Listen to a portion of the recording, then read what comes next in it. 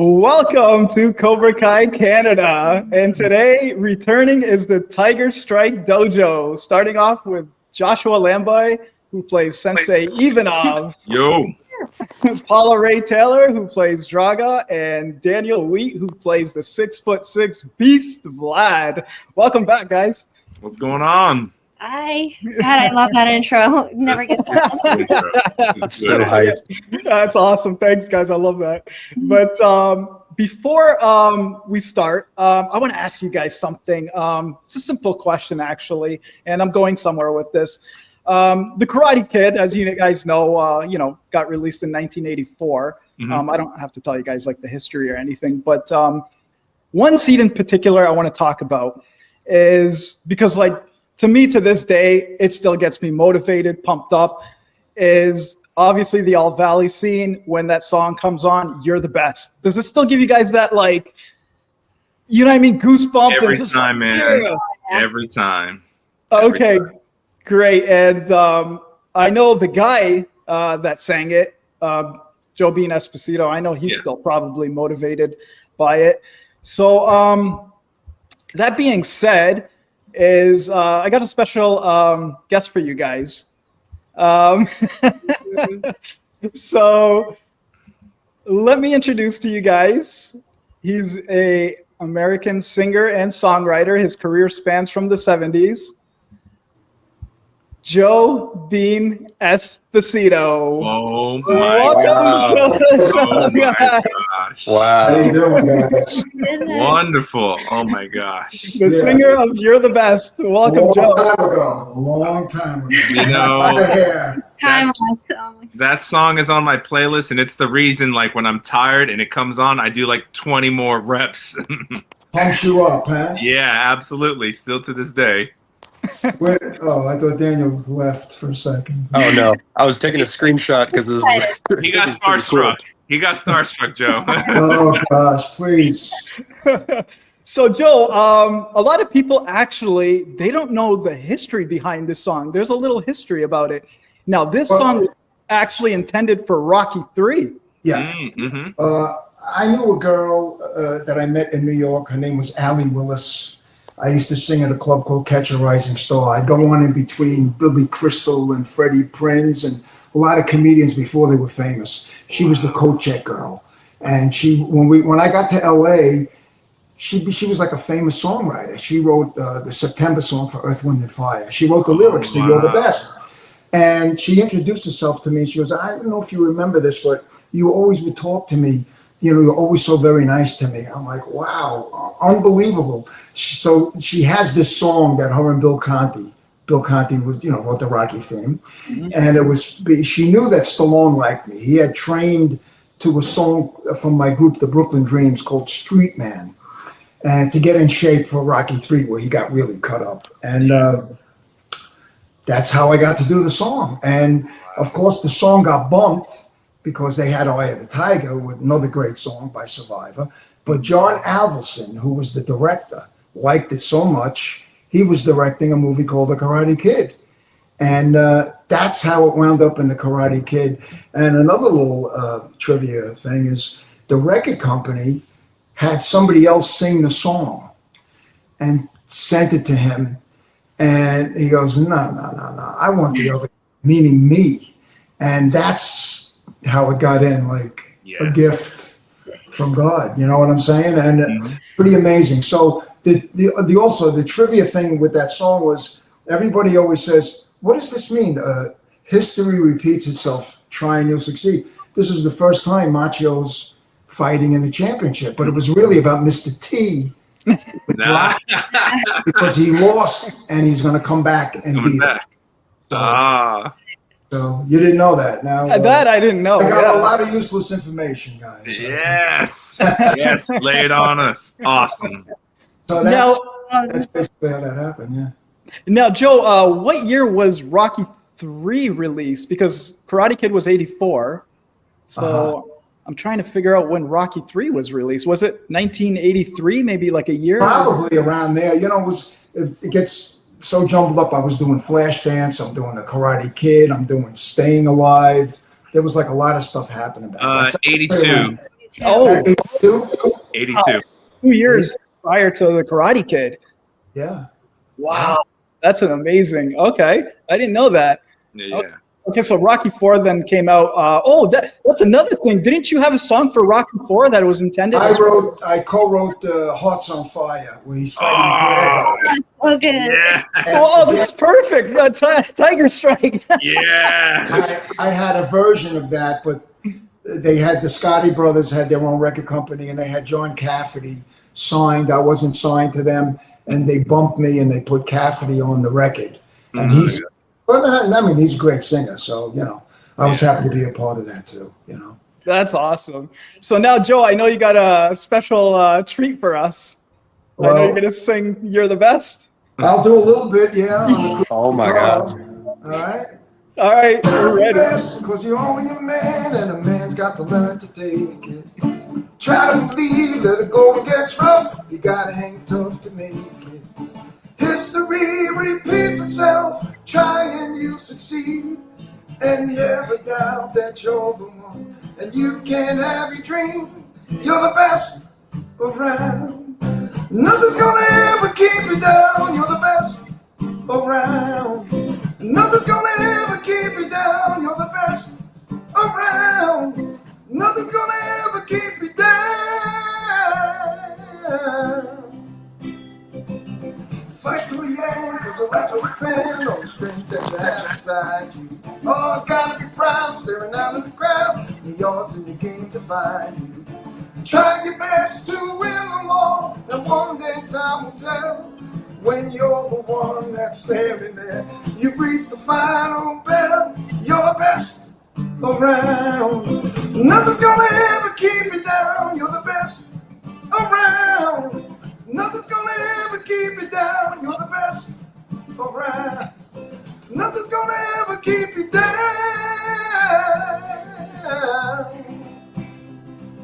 Fight till you drop.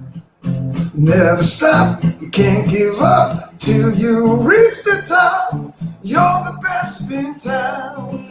Listen to that sound. A little bit of all you got can never bring you down. You're the best around. Nothing is gonna bring you down around.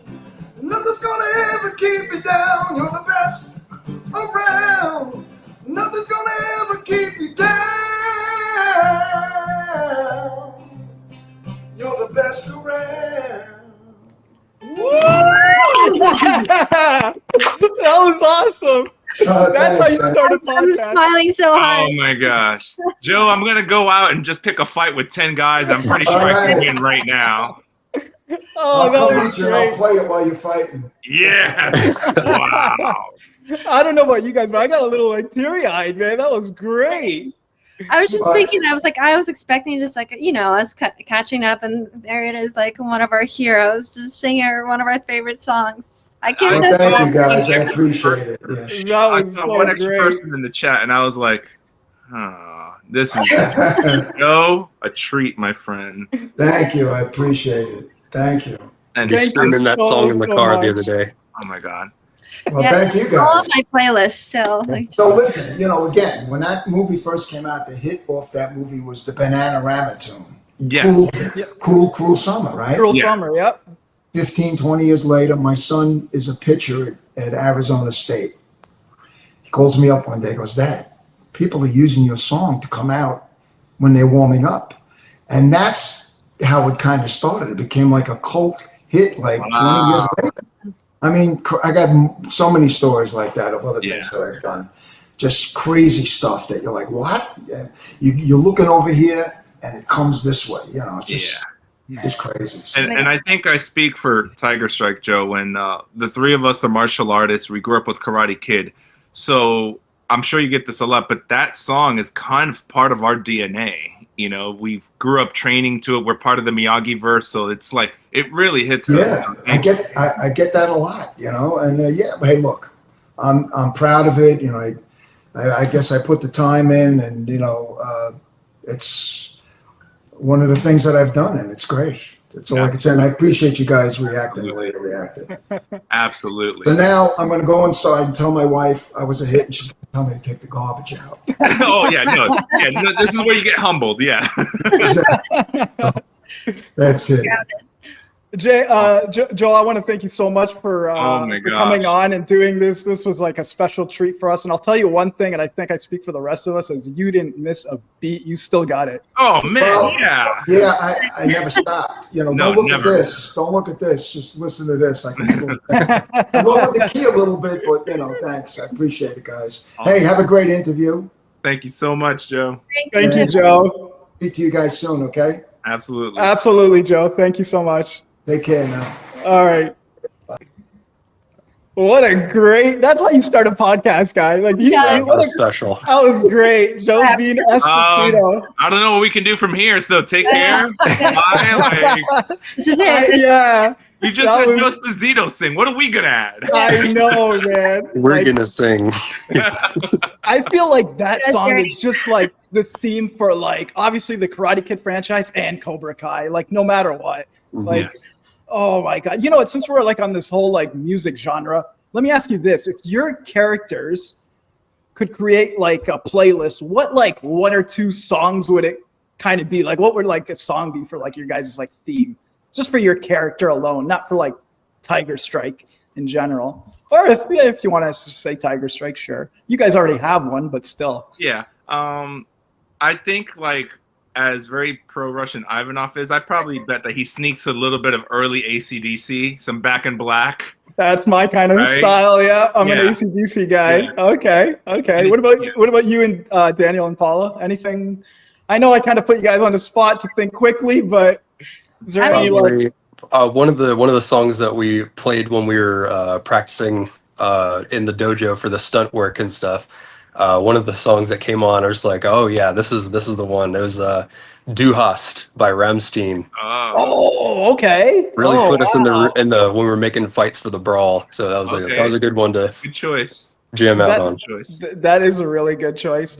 So now, as you guys recall, the last interview I had the creators of Cobra Kai, John, Josh, and Hayden, and you guys attended. And in that interview, the creators left a lot of hints, possibilities, and theories about you guys, which was a lot of fun. Yes. So I'm hoping we can talk a little about that. Yeah. Hayden in particular. So actually, let me play the clip of what Hayden said, just to kind of refresh everybody's memory. Full realization on everything that we designed it to be in the writer's room, and it was a true pleasure. I'll also just say, I think the circumstances of Tiger Strike being eliminated are suspicious. Yes. I mean, certainly the way Sensei Ivanov reacts to it, he's clearly in the dark, I would say. And you got a lot of suspicious players there, from Silver to obviously Cobra Kai had a lot of incentive to maybe Daniel's suspicious. I mean, everybody.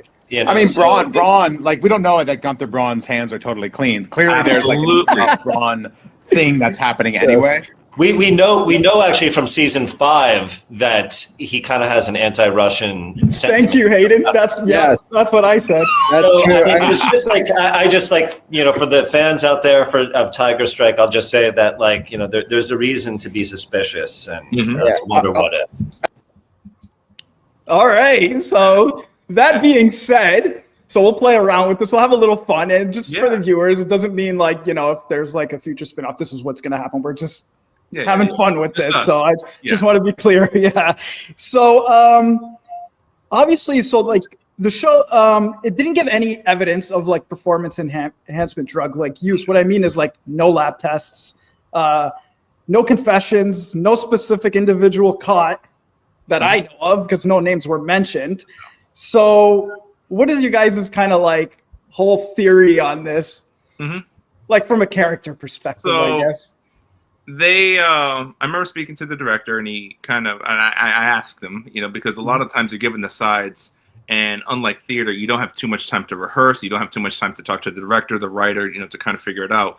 So you got to make quick choices, and especially something that's this important. You kind of really want to make sure that you hit the bullseye, because a million people are watching it. That everything spirals. So this causes this to cause to this to cause to this. So you want to make sure you do it right.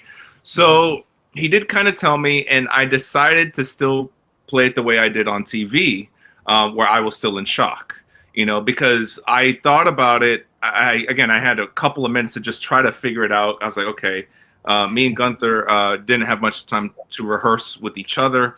So what you saw was like right off the bat, and it worked out perfectly. So I just remember thinking, because I've been a fan of the show up to this point, and I was like, by this point, no one's innocent in the show, So it shouldn't just be us that looks like, the finger pointing and everything. You have Silver, I think it was like right behind me, You have Daniel, who has moments where he's a great protagonist, but then he also falls off a little bit, So I played it the way I did, also out of respect for my team, because nothing in this show is 100% the way it looks. So I remember doing it that way. And then, you saw me act surprised, and I played it with a history that Gunther and I have, because any one of us can tell you, if you compete, if you're at coach level, you've seen everybody a million times by this point. Mm-hmm.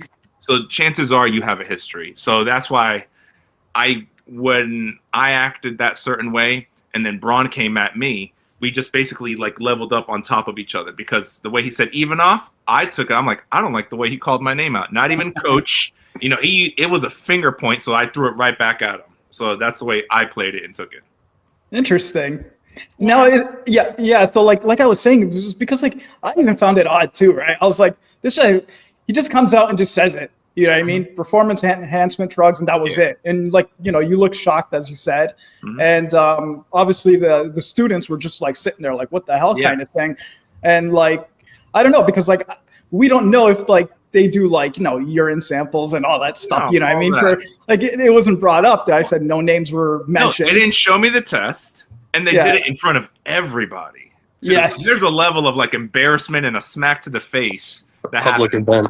Oh, yeah. There's no way. I'm not going to sit back and just take that. Yeah. Do you guys think it was like, I kind of do.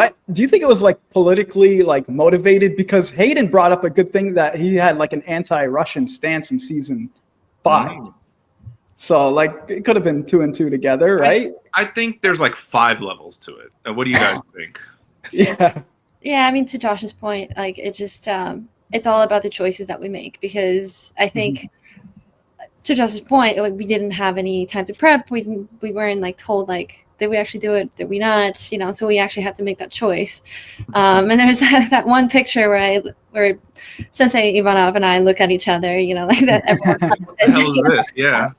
And in that moment, I remember thinking like, it's very easy to play like, yeah, we did it, because it's like you've seen it many times, like, oh, the evil Russians, like we're always guilty. But what if we twist on it? Like, and so I was like, oh, maybe I'm surprised, or maybe it's like, oh, like we were supposed to get caught.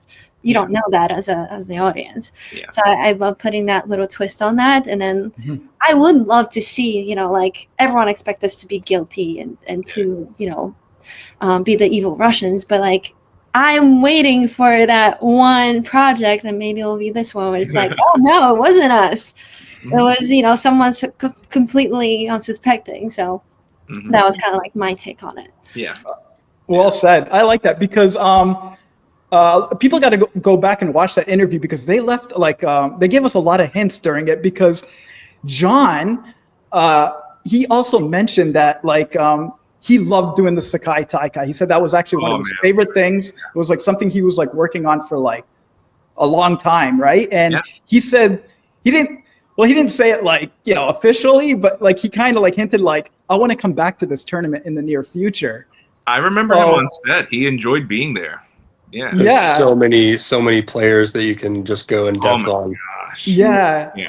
And what I kind of think is cool about like your guys' situation is like, hypothetically, if there is like a spin-off, people want to know like the aftermath of you guys, like what happened when you guys went back to Russia, and are these guys like still in play? Are these guys still like, suspended from the tournament? Because Gunther, he's not a clean guy himself. That guy was just as shady as anybody else there, in my opinion. Yeah. I was just happy that like after that performance that that I delivered the way they wanted it to and happy with the choices. Because the other thing is you have to be protective of your character. It'd be very easy to, to make them guilty 100%, But you got to remember, these people came for a reason as well. They're trying to prove themselves. They worked really hard. Maybe Ivanov, maybe he almost won and lost. So this is his redemption of like winning as a coach, So I just made sure that I layered it with all that type of stuff. But yeah, like I go and I do convention work as Ivanov, and I get to meet the fans, and they often ask me, what do you think he's doing now? Would you come back? And I said, oh, absolutely.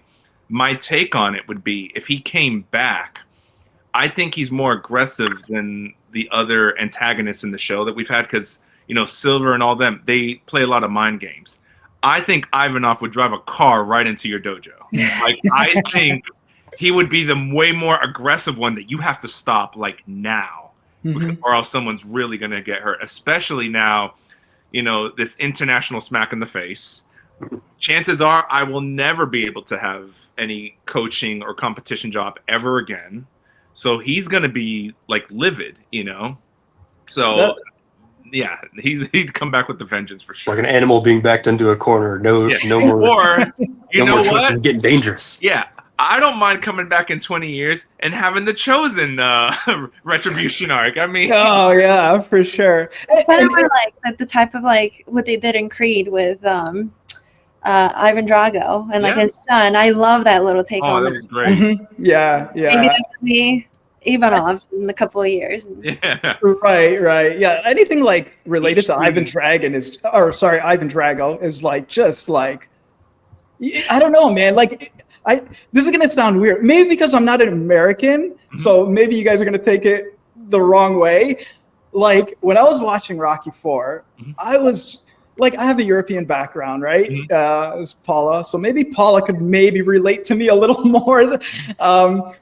To like what I'm saying is like I was cheering for Drago the whole movie. Like I don't know. He was considered the bad guy. I guess I was rooting for the bad guy, and I was just like, oh, cool. He's Russian. I'm European as well. I'm gonna cheer for him. Nothing. I don't have anything against America. I'm just saying, he was cool, is what I'm trying to say. Well, and he had a good story too. Like he was being forced. Into what he was doing, Yeah, and you know what I mean, with the whole steroid allegation thing, and he was injecting it like it was like nothing, you know what I mean? So like, but I don't know, I thought it was a cool like background story to like Ivan Drago and stuff like that. So I could kind of relate to you guys, same scenario. So, but for me, go ahead. I was gonna say like, it was still Rocky. I was still cheering for Rocky, but I do love what they did with Creed. Like I did. I love how they kind of like develop his story, like that he did. I would have cheered for him at that point. So I would love to see that with Tiger Strike as well, because we just got a little. That's we what I was going with. Rocky IV. It's like I'm not quite sure if I want to cheer for him, but well, the thing is, I feel like, again, I'm biased. Tiger Strike had a lot of style. Like everybody fought differently, and I think that was our main strength. Like you would think that Vlad, being the taller one, would be like the brawn and body slamming everybody, but no, he had the agility. Again, it was Paula damning body slamming. Well, yeah, exactly. Like, again, yay for my female stunt girls rocking out, and showing some strength, Exactly. So yeah, and again, Nikita. Shout out to Nikita. Shout out to Britt. All our homies. Yeah, I do convention work with Nikita, and that little grasshopper. Yes, there we are. Yeah. Was that in Chicago? Yeah, that was in Chicago. Oh, nice. So, plug for Nikita. One of the cool things is, we sign autographs, we take photos. Nikita and them came up with a really good thing for him, because Nikita specifically doesn't have a name. So fans are like, "Who are you?" And he's like, "I'm just a Russian student for Ivanov." So what Nikita does, all right, so if you guys are on the street and you want this to happen, Nikita charges for you to film something with him, and he basically does his wall gainer right off of your hand. So he just chills right there with his hand out, and he just like wall flips off of your hand, and you get to videotape it, and we call it the Flip 5. That's so cool. Too well. So, Josh, speaking of like these conventions, I know you've been to the Salute to Cobra Kai events in both New Jersey and Chicago, I believe. Yeah. And going back to New Jersey. Yeah. So, obviously, you're the face of the dojo, representing them. I'm just curious to know about like how you engaged with the fans, the atmosphere. Were there any like memorable moments or interactions that kind of like stood out with this whole thing? Oh, yeah. There's shout out to Cobra Kai Kid. There's several because I wasn't initially. I was trying to get into the circuits, and then a couple of people talked me up, and I got to do it. And so I got in there kind of at the last minute. The other cool thing that happens is we also do a stunt demo at night. So we do a little fight scene, and then we talk about stunts and some of the things we have to do, and we'll demonstrate a couple of falls, a little audience participation, really cool stuff, But as you can imagine, I get a lot of guy from the back. You killed Kwon! So I get a lot of that. That's great. If you look at that shirt, I'm wearing a Sekai Tekai t-shirt. So some people are like, how dare you? But luckily, I'm pretty quick and I could flip it around. So one of the things I say when they're like, you killed Kwon, I'm like, did I bring the knife? Was that me? Right, exactly. I don't think so. The other point that they're like, this is all your fault. I'm like, okay, cool. Did you enjoy, spoiler alert, Johnny winning the whole thing, and getting his chance at the end? They're like, yeah. I'm like, well, if we didn't get kicked out, Cobra Kai wouldn't be back in. Johnny wouldn't take over Cobra Kai. Cobra Kai wouldn't win. So you're welcome. No, the Cobra Kai fans are absolutely wonderful. They have asked me about other members of the squad. They're really great. They're really fun. And these are, folks who take their hard-earned money and they come and they want a photo and they want to meet with you. I'm the guy that stays longer talking with them because I know how much it meant to us being part of it. And now for them, being able to talk to one of us is also just a branch, an extension of their fandom, And I always kind of tell them a story and a sign-off that I do at the stunt demo. I've done this twice, and it's kind of my sign-off. And you, Daniel and Paula, you guys can attest to this.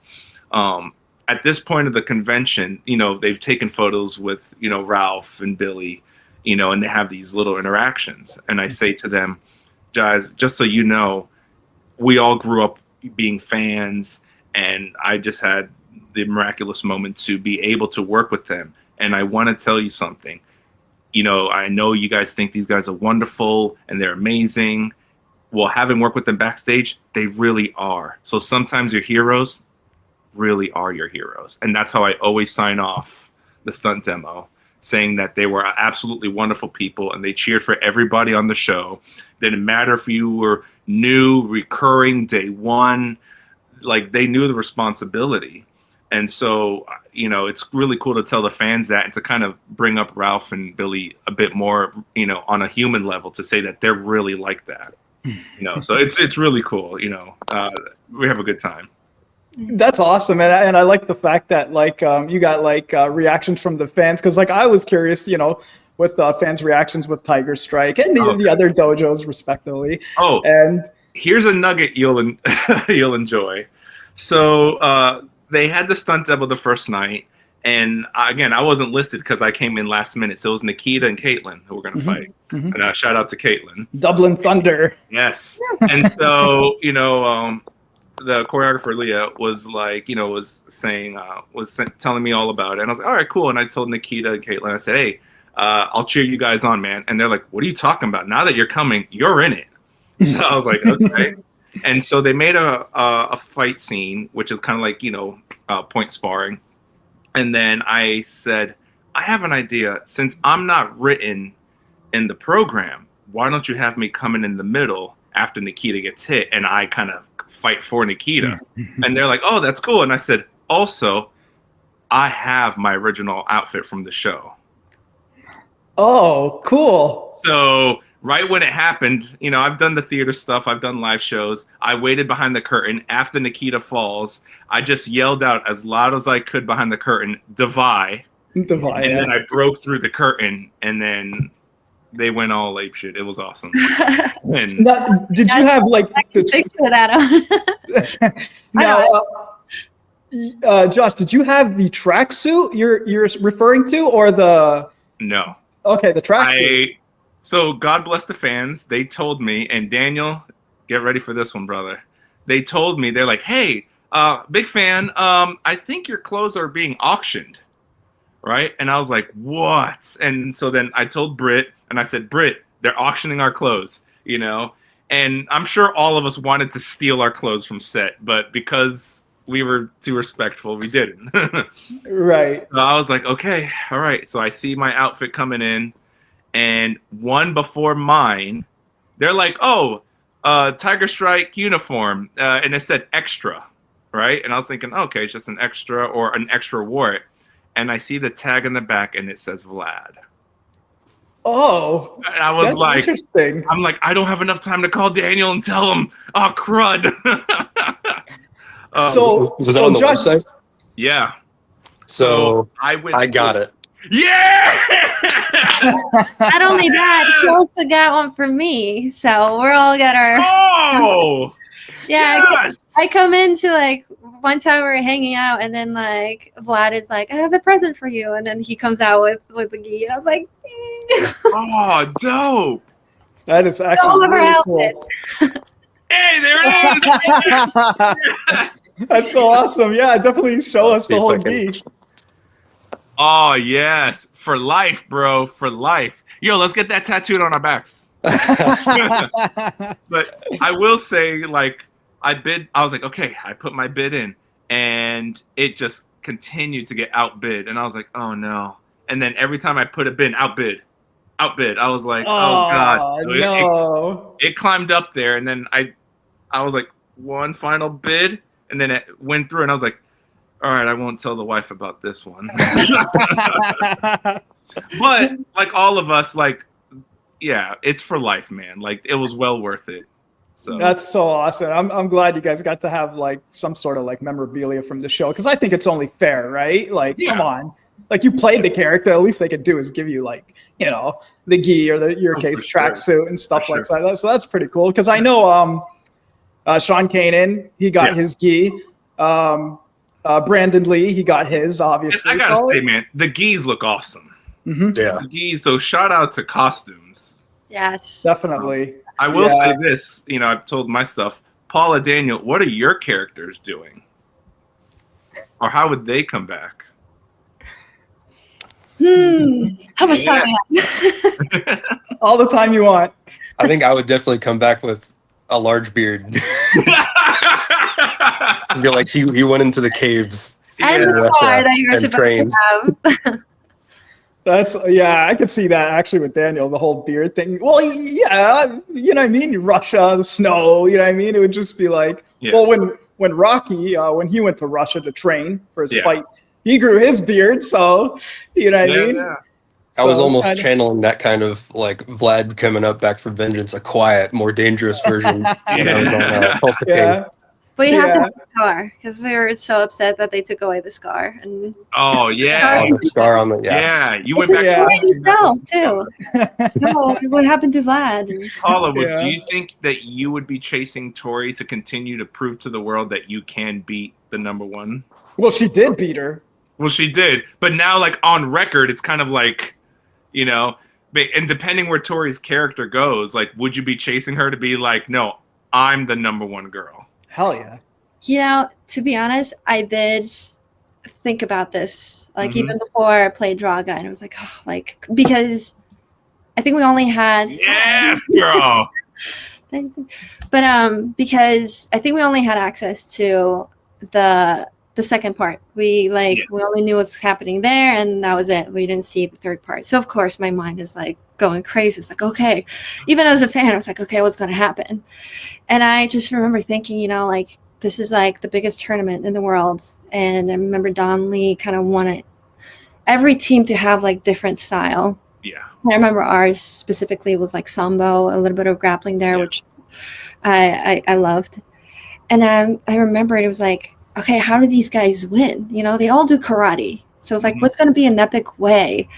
And I was like, oh, maybe like Draga will have a redemption. They're going to bring her back to help them win. She's going to teach them like judo because it's like a different style. It's like an element of surprise. So that was always like my like kind of imagination. It was just like, oh, like maybe Draga will have a redemption. She's actually going to come back, maybe like reluctantly, because of course like I would love to win this myself, but like I have kind of like my redemption story and I help them win in that way, just kind of teaching them a different style. So maybe somewhere down the line it's that will be, you know, able to like kind of live somewhere. Because again, like I'm such a judo girl, forever be a judo girl, and like I would love to see more of that. And in a karate show, that's kind of it was a great twist. You know, it was like you had all the strikes in there, but to see somebody like be body slammed, you know, some of the rolling in there was like a nice touch. Yeah. And again, shout out to Don and Ken for allowing me to do that, because, you know, it's technically a karate show, and like to have a little bit of judo in there, like major shout out to Don Lee, because some people don't know this, but like Don Lee was very instrumental in like the martial arts story of it. What I mean is like when somebody came in and they were a newer character and they were going to be reoccurring, he taught them like up to a certain level, because he knew season 2, I'll get you there at that moment. But we need to see that growth. So the martial story within characters, a lot of that was Dawn. Yeah, that's what I heard from most of the cast members. Exactly what you said. Yeah. And yeah, go ahead. Sorry, Paula. And then to that, I remember when we had their big Sekai Tekai, like we had all these stunt people, and obviously some of them he was meeting for the first time. And he had, especially for the Irish team, he had the guys kind of like line up and like kind of show me what you can do. And from there, he was able to kind of like pinpoint, like, okay, you're going to be this guy, you're going to be this guy, because based on their like specialty, which was a huge pro move. That's great. It's funny because like this picture that we have here of Draga, I put in like a little mini biography, Draga. I know people could probably not read it, so I'll try my best. It is small for the screen. Is this your Christmas card, Paula? Yeah. So what I did was I put Draga is part of the Tiger Strike Dojo from Russia and participates in the Sekai Tekai as the female captain. Draga hails from Dagestan, a region famous not just for its scenic beauty, but also for being a powerhouse in the world of combat sports, particularly wrestling and mixed martial arts. So I have you from Dagestan, Paula. I hope you don't mind, but hey, all those UFC fighters are from there. So for sure. I didn't even know. Like, yeah. Where is that? I even.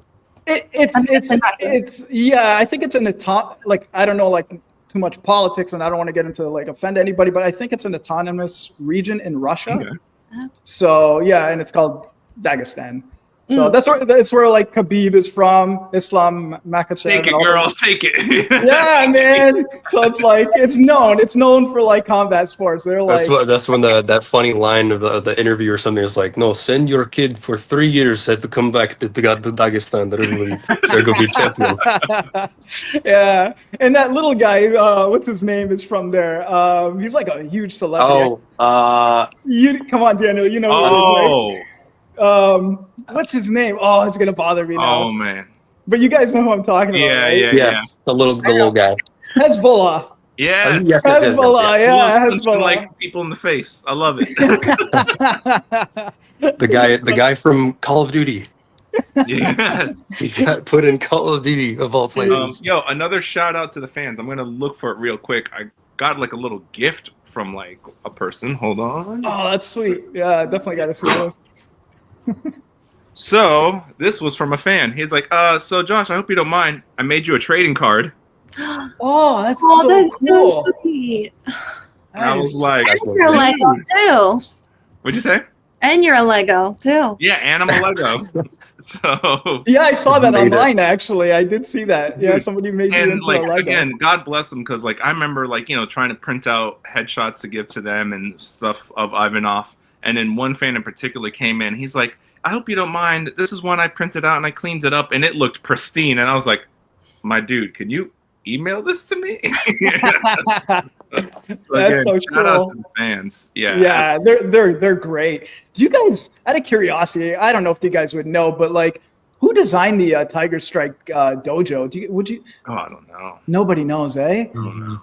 But it's a really cool like logo, right? No, it's a So- gnarly logo. Yeah. So I decided to like redesign it.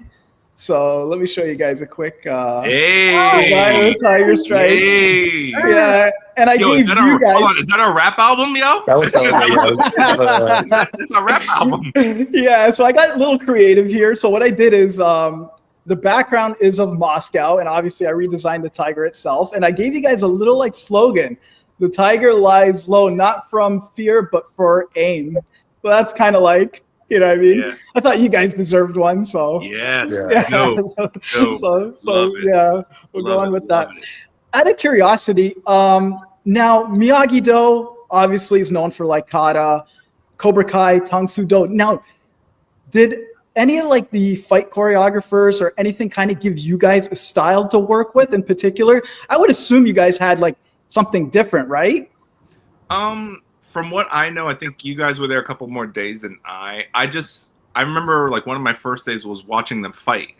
And so Okay. I had to basically use that as my own research and kind of like reverse engineer the research and be like, okay, cool. I see Daniel coming in. He's doing that. Okay. Paula's Yeah. coming with that. Okay, cool. So I just took it as a coach who clearly probably has been a part of the Sekai Tekai and seen the weaknesses. So he's like, okay, at Sekai Tekai martial arts, they have flyers. I need a flyer. Okay, cool. All right, I need the girls a flyer. What some of the girls not have? I need some strength. I need a blunt instrument. Bam, Paula. So I think that's kind of the way I looked at it. I think it's a crazy mix of styles. There's a lot of karate. There's a lot of flying in it. Again, we got some groundwork in it. So I think that's what it was. And for my scene fighting Yuji, that was basically a Karate Kid 2 tribute. That was Don Lee being Don Lee again. Because if you look, look at the fight with Chozen and Daniel. It's punch, catch, kick, boom, turn, judo toss. Oh wow, okay. I had no idea. Don Lee Wow. again. So a piece of me was like, of course I wanted to rock and roll through all these stuff. And I was like, wait a minute, no. I get a Karate Kid 2 tribute, done. Yeah. How about for That's you guys? priority. Yeah. Yeah. Now, like Daniel and Paula, like I know Paula, you're a big judo girl. Now, did you get to use any of that during like filming? Yeah, so actually, like the big kataguruma is a judo move, and then also like the little flip I do with Tory, like that's just a little bit of groundwork. So that was like Don allowing me to like have those elements in there. But I do remember like I think the fight with Daniel and Tory, I remember it was, I think Don or Ken was like, all right, come up with a fight.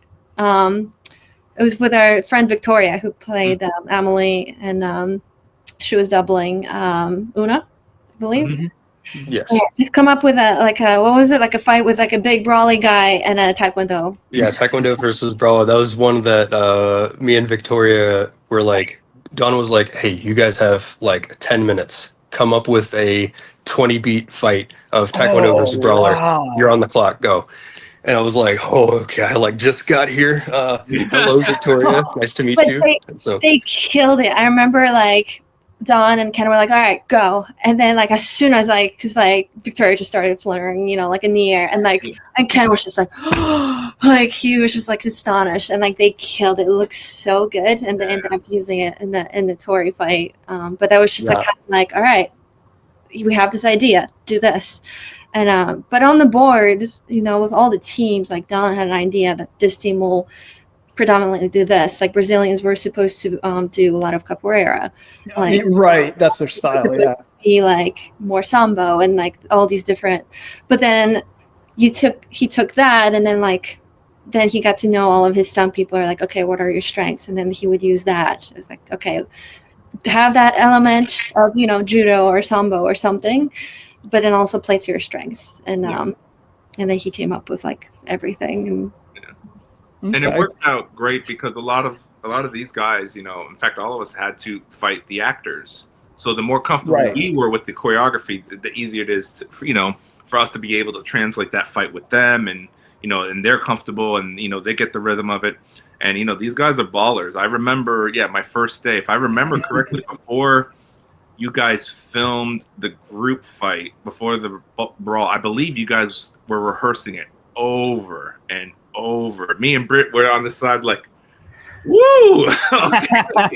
It was like 15 times they've already gone, and we haven't even started action.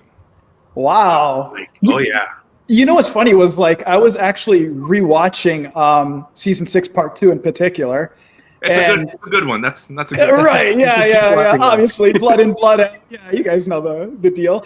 But like Daniel, it's funny because like the more I watched it, I was like, I got to see you more and more. Like you're in a lot of scenes, is what I'm trying to say, scenes, man. So yeah, and I was just like, it's funny because like I remember the last interview with the creators of Cobra Kai. They were mentioning like how they would have loved to see you and Axel like really go at it, and that would have been like something else. 2 towers, baby.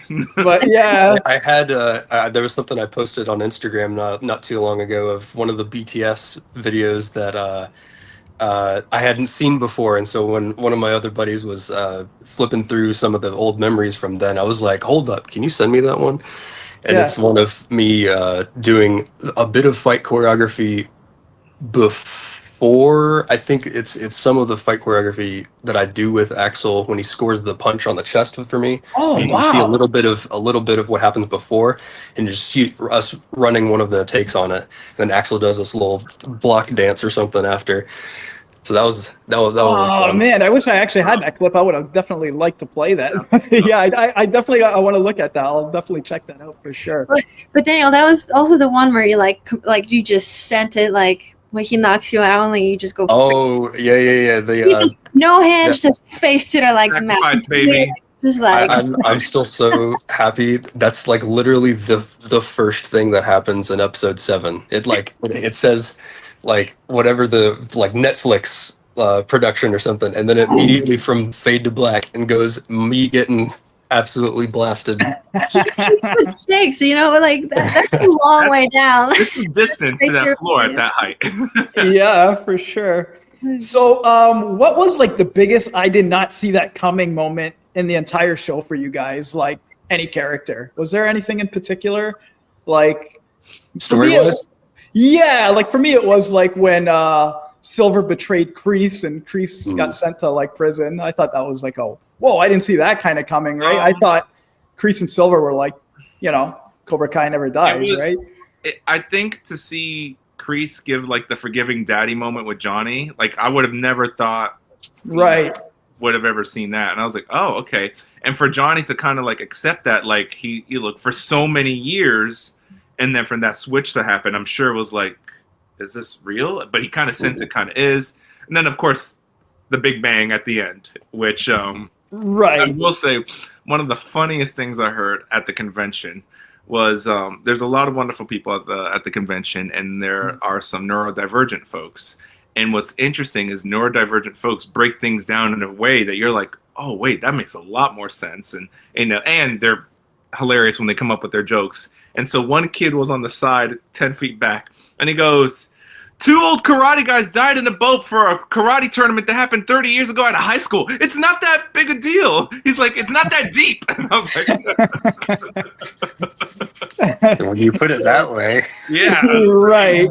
But still, whatever, bro. Karate is life now. Come on. Yeah. Whatever. It's still awesome. Yeah. But the boat explosion, I was like, oh, okay. Right. You know what? Let's have a little fun. Let's have some like good clean debates here. You know, as a fan, I know you guys are fans as well, even though you guys are part of the show.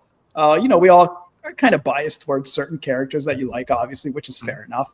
So, one I want to talk about is the Mike Barnes Johnny Lawrence fight was a huge moment for like longtime fans, including myself. Mm-hmm.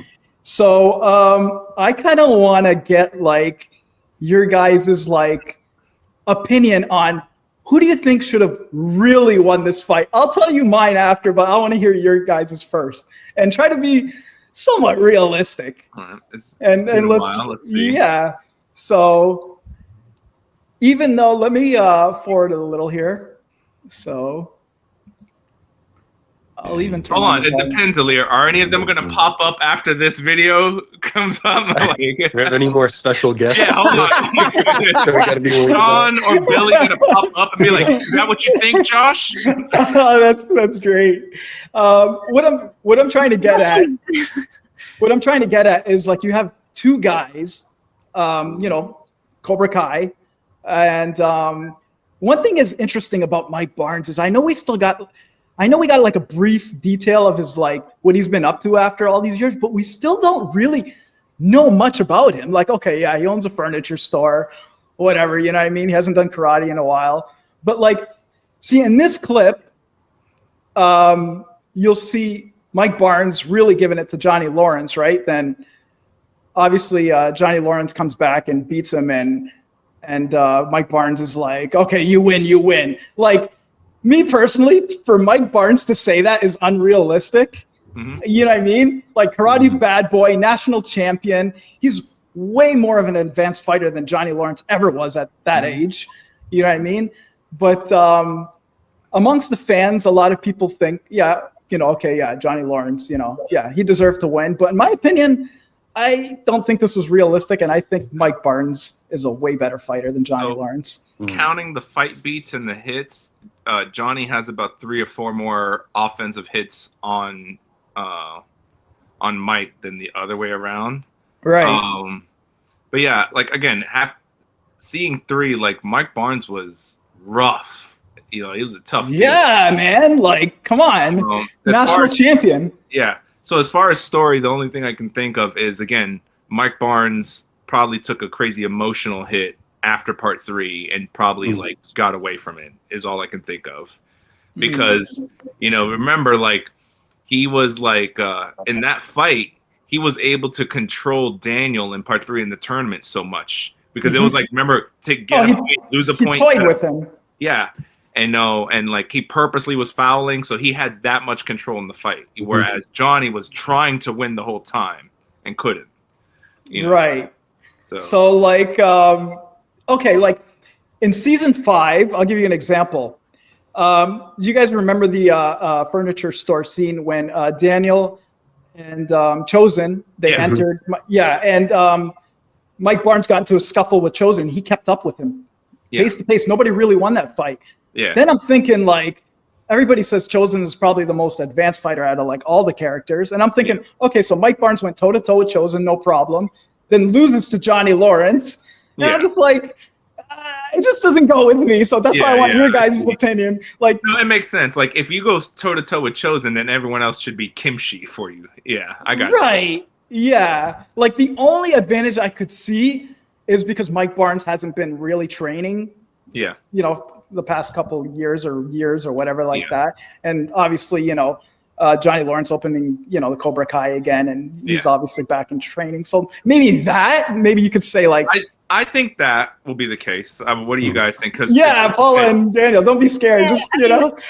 So I have a lot of thoughts about this, but okay. I don't know necessarily like if Mike Barnes was better. I think he was like more aggressive. Like he was definitely more like vicious. Skill-wise, I don't know. And then like Johnny, like got humiliated, and we don't know. Maybe he would have gone like.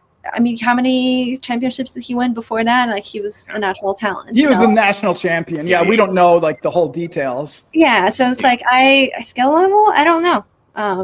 I think Mike Barnes might come up as like better just because he was just so aggressive and ruthless. Like Johnny wasn't quite that, but it doesn't necessarily translate into like, No.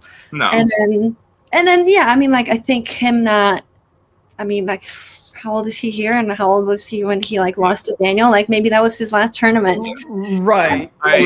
Years. And then Johnny, obviously he's rekindled, he's opened up Cobra Kai again. He started training. So it's a little more fresh and in the limbs. So I don't know. You know what? I'll put it simpler. I definitely agree with Paula. I think every fight with Cobra Kai, the winner is the one who always wants it more. So Johnny came in here really wanting to, to talk to Mike and really kind of send a message, and Mike is kind of, backstepping a little bit. He's not back in the martial arts world like he used to. Johnny brought Cobra Kai from the ground up, so he's back in it, So I think a lot of the times with Cobra Kai fights and character fights, and the victor is usually the one who has something more to prove or is really more intense on the win for a reason. Interesting. Now, Daniel, before I get your opinion, I just want to mention one thing, actually. I believe in season 5, Mike Barnes did mention that he was actually a candidate to go to the Sekai Tekai, but he got suspended because of what happened in Karate Kid 3. So, and Johnny Lawrence has never, had an invitation that big. So that's why I'm just like, I know we're... But neither did Daniel, so I don't... Yeah, Daniel's left field. He beat all of them, so... Right. The magic of Miyagi-Do. Yeah. So Daniel, what's your intake on this? The way that I kind of think of it is like the dynamic between those three, Chozen, Johnny, and Mike. I kind of think of it as like a rock paper scissors type of thing, in terms of like their own personal strengths. And like you said with Josh saying, it matters a lot like what kind of motivation they have, what's Johnny's motivation going in and confronting him, and his resolve behind getting what he wants. Versus, like you said, Mike being more in a just kind of caught off guard. It's like, oh, I didn't know you were going to come in here and do this, but yeah. So I think Johnny's revved up for a fight the entire way. Yeah. Well, in this scene, he's there specifically for Devin Lee because he wanted to know if she made the cut, and that's right. Yeah.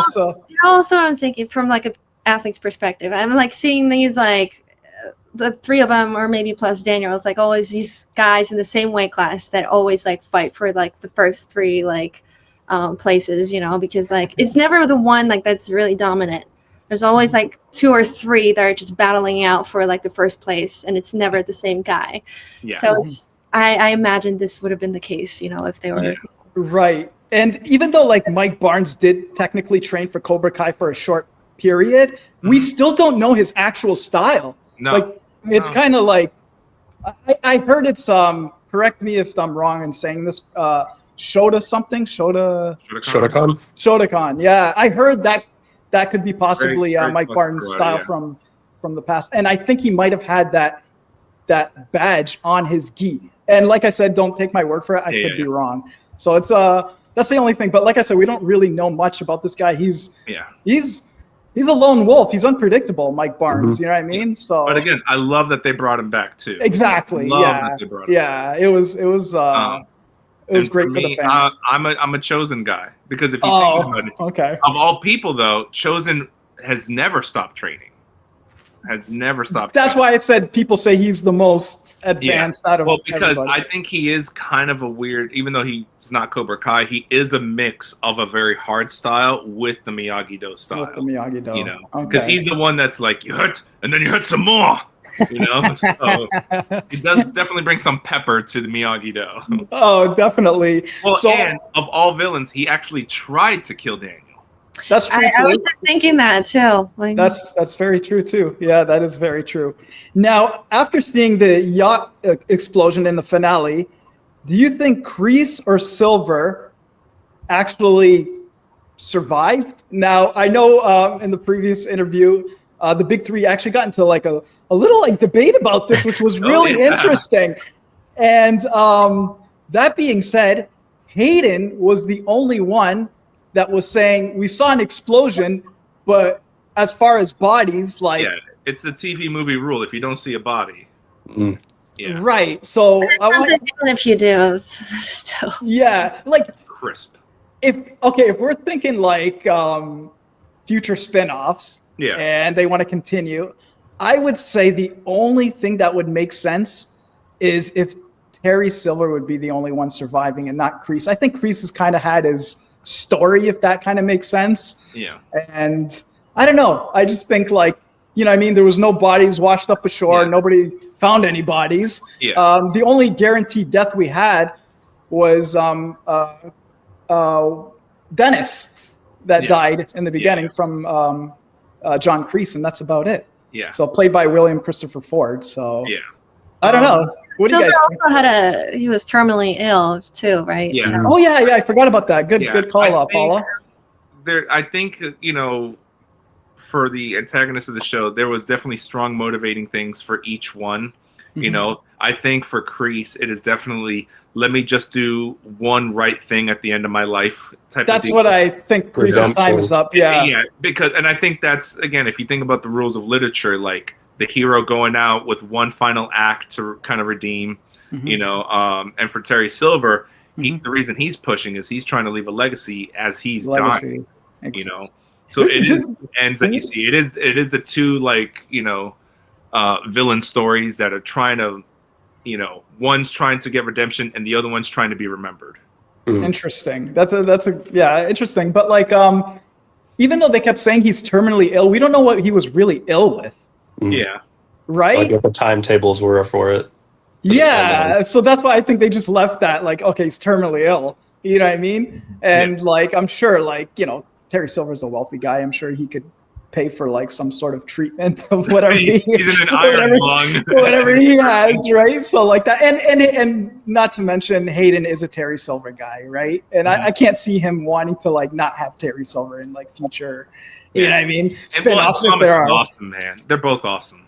Yeah, exactly. In their own unique way. I totally agree with you guys. And so I just wanted to have your guys' intake on those two scenes. I just picked those two scenes because I thought it would be kind of fun and stuff like that. But I think the way the writing of the show, you can never guess, man. Well, that's what I love about it. They leave it wide open. I mean, honestly, I think they would. I don't know if I should say this, but they would be doing a huge disservice if they actually brought them back, because it was such a great button on both of their characters. They both died for something they believed in. Neither one of them could have survived because they all did wrong that they've done. Yeah. But Kreese died, protecting Johnny, and Silver died for what he believed to be right until the very end. Yeah. So to bring them back, it just kind of would water it down almost to me as a fan. And so at what you're saying, Paula, the more you think about it, it's kind of Kreese did so much in his life of one thing, and it's oh my gosh, I've never lived, and here's the one person that's the closest as a family member, right? Mm-hmm. So I think it's let me do right by my son. Mm-hmm. Very good points you guys bring up. The thing with Terry Silver, I know he always talked about legacy. He was huge on legacy. But if you think about it, what legacy did he really leave? Yeah. Right? He still has unfinished business, in my opinion, because he didn't really leave a legacy, right? Yeah. But isn't that the typical thing with the richest guys? There's this insecurity of trying to leave your name out there. Right. Yeah, that's true too. So you know what? I gotta give creators of Cobra Kai so much credit, because like I said, we can take any scene and have fun with it and have theories with it, because Cobra Kai, I've never seen a show that where fans come up with 1,000 different theories. You could have several thesis papers in one episode. Exactly. Tiger Strike, for example, the yacht explosion, and we can have fun with these legacy characters fighting, who, you know what I mean? Okay, we saw the fight, Johnny kind of won, but I think Mike Barnes should have actually won realistically, if that was writing it. And you can have a group of 50 people fighting hardcore on each opinion on that. Yeah, it's there's just so much you can do with this. It's amazing. I'm thinking well, I feel Silver probably has a couple of children that he doesn't even know about, and that's right. Another way he can come back, in flashbacks or something. Yeah. That's a way to bring him back without actually bringing him back. Absolutely. And to if you think about the original films, the one difference now that the creators did is they added these nuances, because back in the day it was good guy, bad guy, and what back in the 80s, 90s, wonderfully that's how it was. Is they shade these characters a bit. I grew up being a Daniel fan. Again, I was an olive-skinned kid, bullied, and I took martial arts, right? But to see moments in this new series where Johnny has to tell him, Daniel, you're kind of going about this the wrong way. Calm down, And I think Daniel has a line. He's like, man, when Johnny Lawrence has to tell me to chill out, I know something's wrong. Those were great moments. Great moment. Oh my gosh, my favorite moment is when they I forgot which season, but at the end of it, I actually cried. I was bawling my eyeballs out when they finally team up together and they start training the kids together. I was I lost it. It was just such a great. The 80s montage music happens. Respect. I watched it without crying. I like that. Yes, it was Johnny's story, and then you do have to bring these other characters back, but in the end, it's still Johnny's story because it can be so easy to be oh, Ralph is there at the end. Ralph is teaching him. But then Ralph at the end, Daniel's character, realizing this doesn't work for Johnny. Who are you? You're Cobra Kai. You're Cobra Kai. Do That's you. Right. So I love that it brought him back. This is It was fun. Yeah, like I said, they brought back as many legacy characters as they could, right? And you can only bring back so much. Obviously, everybody was thinking and was waiting for Julie Pierce, played by Hilary Swank. That was the big, if she comes back, how's she going to play a role on this? Is she going to have something to do with that whole Miyagi thing that Daniel was searching for? Is she Tory's mom? Is she Tory? That was another. That was another one. Yeah, there was so many theories of how she could come back and what role she. See what I mean? It's so fun, right? We could just play around with this. We could talk about this. What would you have liked Julie Pierce to be or have done? Ooh, man, that's a on you. Yeah, that's a good question. See, okay, now because she is part of Miyagi, though, obviously she would have something to do with Daniel, right? Yeah. But it's clear that she should be working with Tory. Right. She brings Draga to save the day. Hey, yes. That would be fun. Yeah, that would be fun. This exchange student is over at my house. She's from Russia. You might want to meet her. Exactly. Yeah. So you'd have to go back and watch the next Karate Kid, right? Mm-hmm. And, See, as a girl, because I know a lot of the guys, talking to Brandon Caruso, not a huge fan of the fourth one, but as a girl, that was it was one of my favorites because it was Karate Kid. I love that. And so it's so sad that none of the characters from that one came back. Yeah, a lot of people were kind of waiting for that whole thing. Is anybody going to come back from the next Karate Kid, the fourth one, right? I was kind of waiting for that, so I was just the Alpha Elite, I thought maybe somebody was going to come from that group or something like that. Or I believe his name was Ned. Was it Ned? Ned something? Yes. Yeah, I thought he was going to come back. But I wonder if it's because Hillary wasn't going to be in it. It wouldn't make sense to have him in this. That makes it. You make a very. Well, you have Walter Goggins, man. He's a big deal now. Yeah. So I would have loved to see her come back. And in my interview, the creators said they weren't really sure what they were going to do with her exactly. They thought, well, what John said, if you go look back in my interview with the creators, is she might have had a part that played a role in Tory's life. Yeah. So, but you know what, Draga, you whipped her, so so whatever. Tournament, Yeah. But you know what, Paula said, for me, there's a special part, in my heart for 4. And it's because I may have told you this earlier, but that filmed in my hometown. Oh, right? You did mention that. Yeah. In my hometown, and they were looking for martial artists to be extras and all that stuff, and I was just too young. Oh. And so they used 2 guys from my martial arts school. One of them is my master's son, and he's in the movie, right? Oh my God! So years later, to been thinking I'll never have a chance. And then to be part of the Miyagi-verse. That's so cool how it turned out. See how it turned out for you? That's amazing. Yeah. Maybe it wasn't written that time, but here we are present. Sensei Ivanov. Yeah. You know what I mean? Sorry, because I wanted to do karate and they told me I was too young. I was devastated. Oh no! Because I wanted to be part of Karate Kid at some point. And wow. Here we are, years later. Now, Paula, you have an interesting story on how you kind of came to Cobra Kai, right? Weren't you correct me if I'm wrong now. Ultimate story. Yeah, didn't you audition for it or something? And I don't know, tell us the story of how you kind of landed the role. I don't think we have time for that. No. In a brief nutshell. I mean, obviously, a huge fan. not even a fan. Like Karate Kid changed my life. It like set the trajectory for my life. So when I saw that it got revived, I saw it on YouTube when it was still on YouTube. Yeah. And I remember that I was having I had my 9 to 5, and I remember that was the time, like the day when I was like, I've always wanted to act, and this is it, because I feel like this is a sign from the universe, like, because Karate Kid was done. Like, you know, I would always rewatch these movies, and here it is revived in the Cobra Kai form.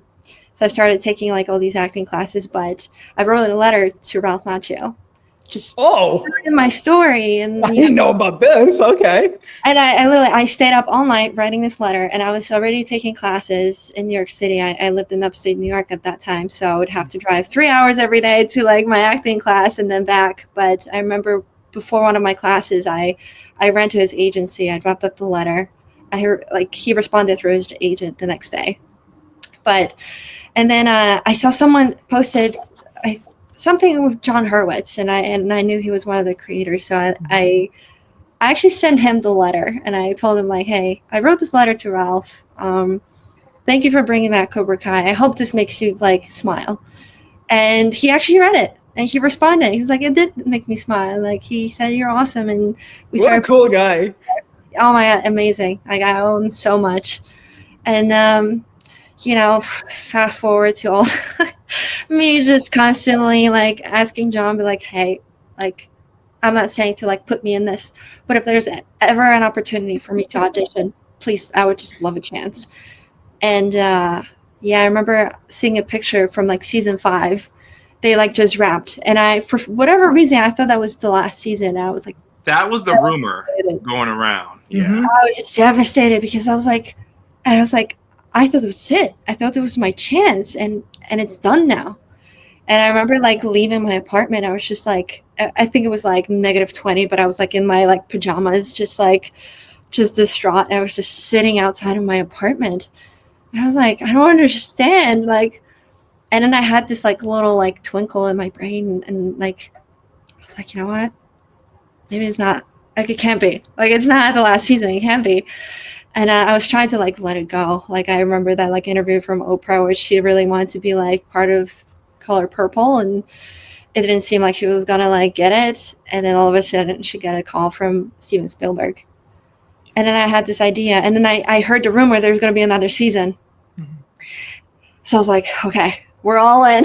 Like I started taking more acting classes, and then I had this idea of just in the middle of the night, as all ideas, great ideas come to you.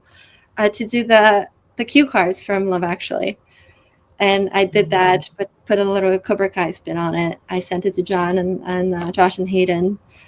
And Josh was like, you're awesome. Like, if just reach out to me. And I think it was like November at that time. And like, we'll see if we can get you on.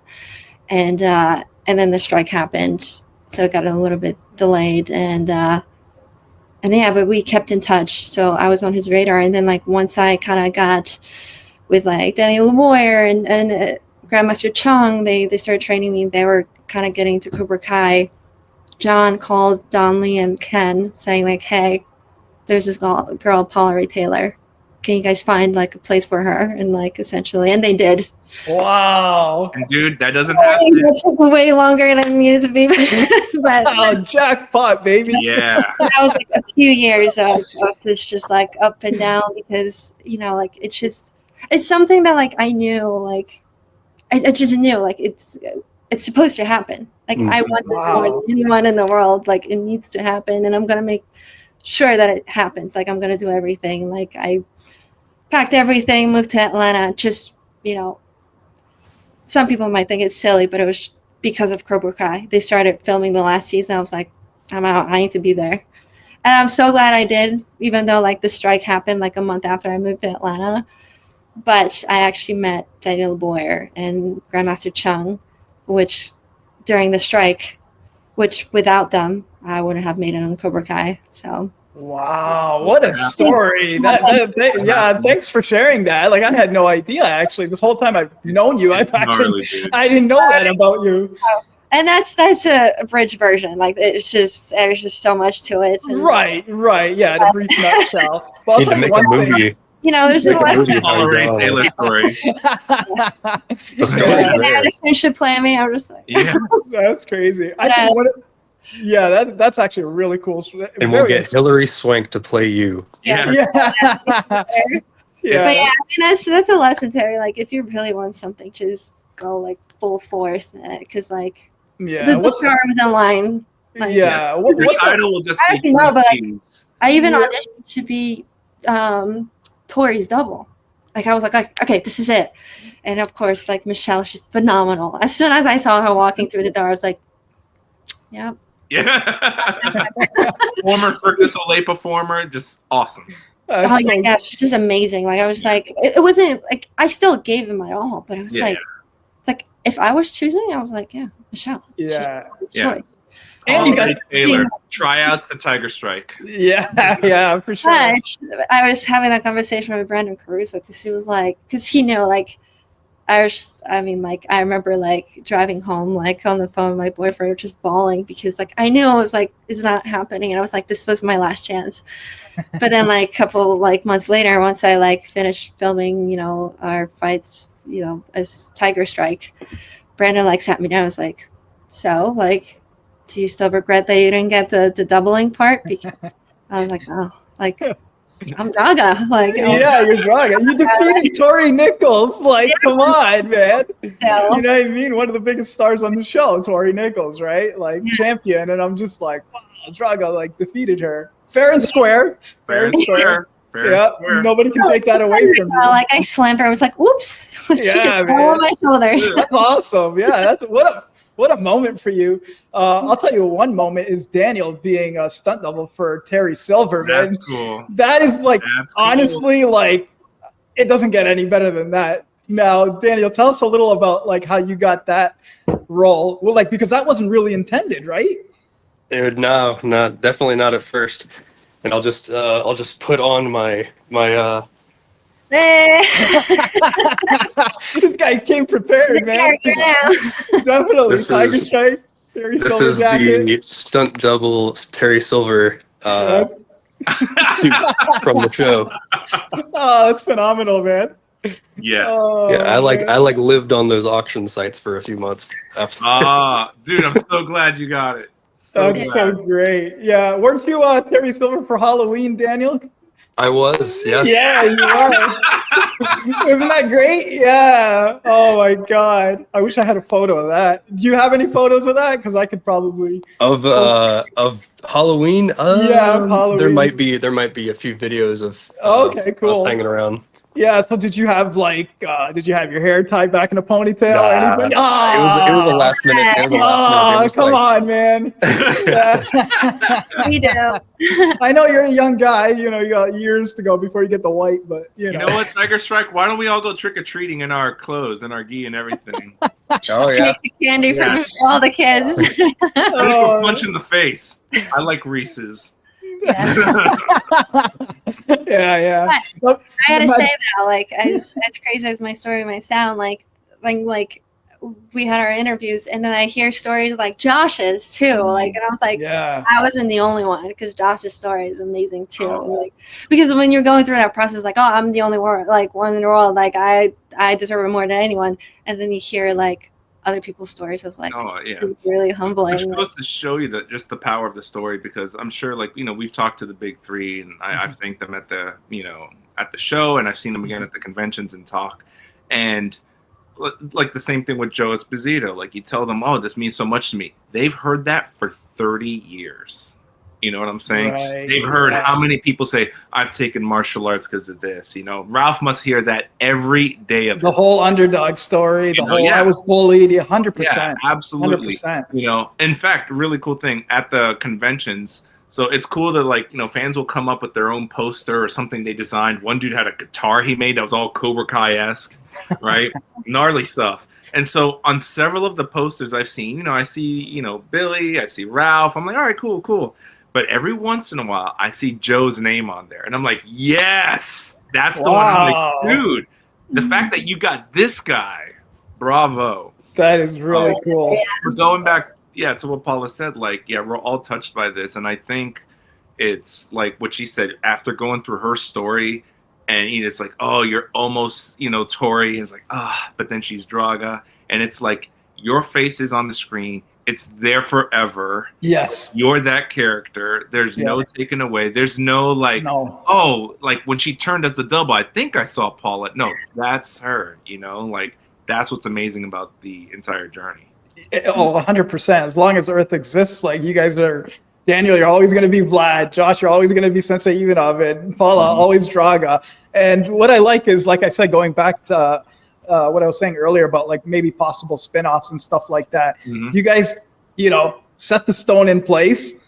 Now we're just kind of waiting to see like, if, the big three do anything or if they want to proceed with it and hopefully, bring like, Tiger Strike Dojo back and stuff because if, like I said, John Hurwitz in particular was a huge fan of doing the Sekai Tekai. Oh, yeah. He says he wouldn't mind going back to it. These are his words, not mine. So I'm just quoting him. So like it's all in the interview, previous interview. Go watch the interview. You know what though? Like I can imagine being there as a creative and then seeing all the peeps. Your head is just going with stories like, oh man, look where did they come from? What do they do? There's stories, and they're creative, so I'm sure their brains were just melting with stuff. 100%. Yeah, definitely. Yeah, it's a lot of fun. What's amazing too, though, like most of these people that were on set, like none of them were like, oh yeah, I've never seen Karate Kid. They were all like us who were like, this means so much to me. And to like work on a project like this where people just we would do it for free. Like, oh, absolutely. Oh, 100%. I think fans in general would do it for free. Yeah.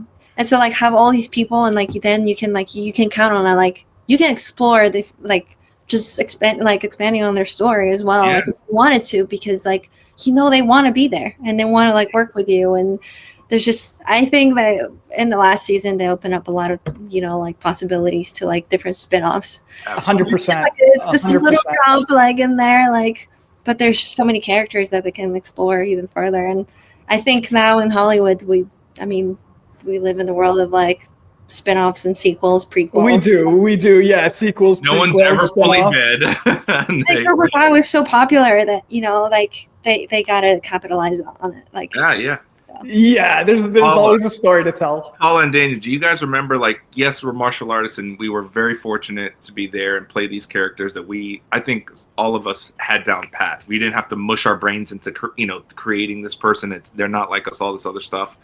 But I remember, besides us having those stories and wanting to be there, I remember all the extras. The majority of them were also martial artists. We're also huge fans. Yeah. So the fact, like, you'd see come of them on the side, like, throwing a couple of kicks, like, hey, man, I could do stuff too, But we were the ones in that wonderful position. Like, they were just so happy to be there, too. There were so many people. They were all... Yeah. I will apply to be extras like in earlier seasons too. Like I was still living in upstate New York and I would have made the trip down to. Oh, for sure. And a lot of them did. Like they flew in from like different places and like, I mean, they don't get paid a whole lot, but that just shows like they're they just wanted to be a part of it. Yeah, that's it. Just to say I was there or I was a part of it. That's all they want. Yeah, and I'm sure like Josh's case, like the fans that. That you got to meet, they came up to you and, themselves, they told you, this means a lot to me. The show like influenced me in certain ways. And like, it's personal for some people too. You know what I mean?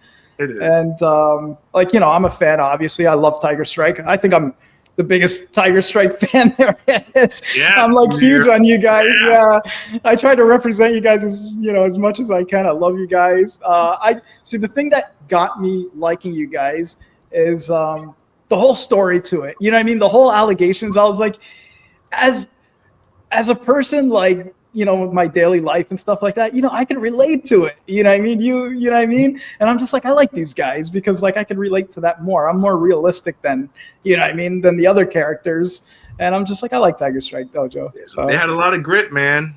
They did. Stone, bro. Come on. Yeah. I don't know if a lot of people know this, but Gunther was actually Mighty Ducks 2. He played Wolf the Dentist Man Stanson. So you knocked out.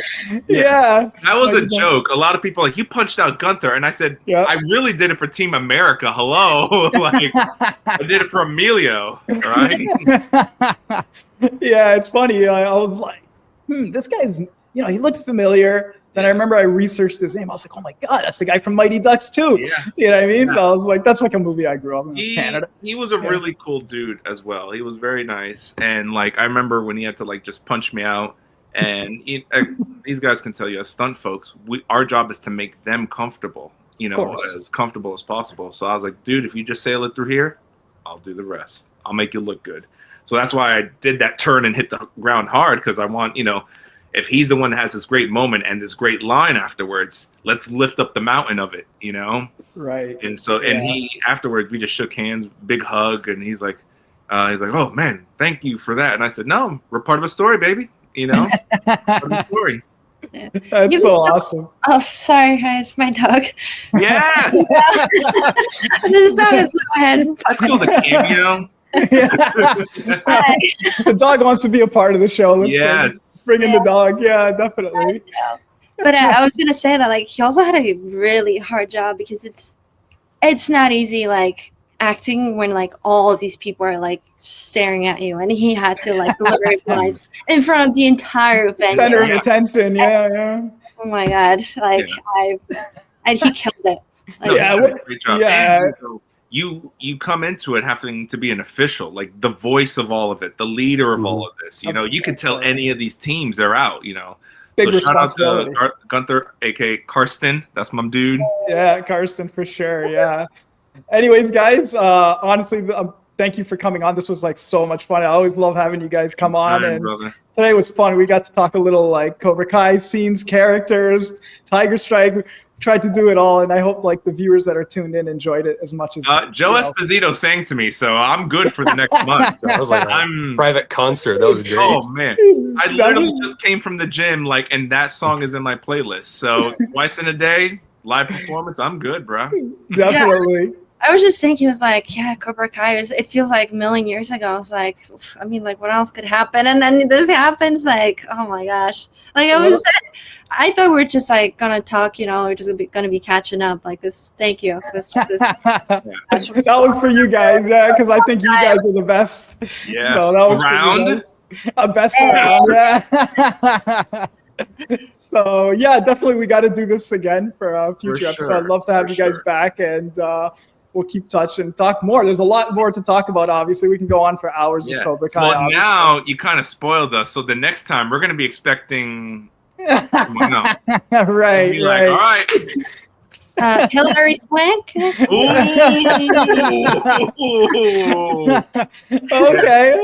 I see where it's going. Yeah, be like, Hillary, I really need you to make an appearance for this squad. And she'll be like, who?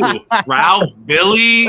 You know? Yeah, exactly. No, Tiger Strike. Tiger Strike. Yeah.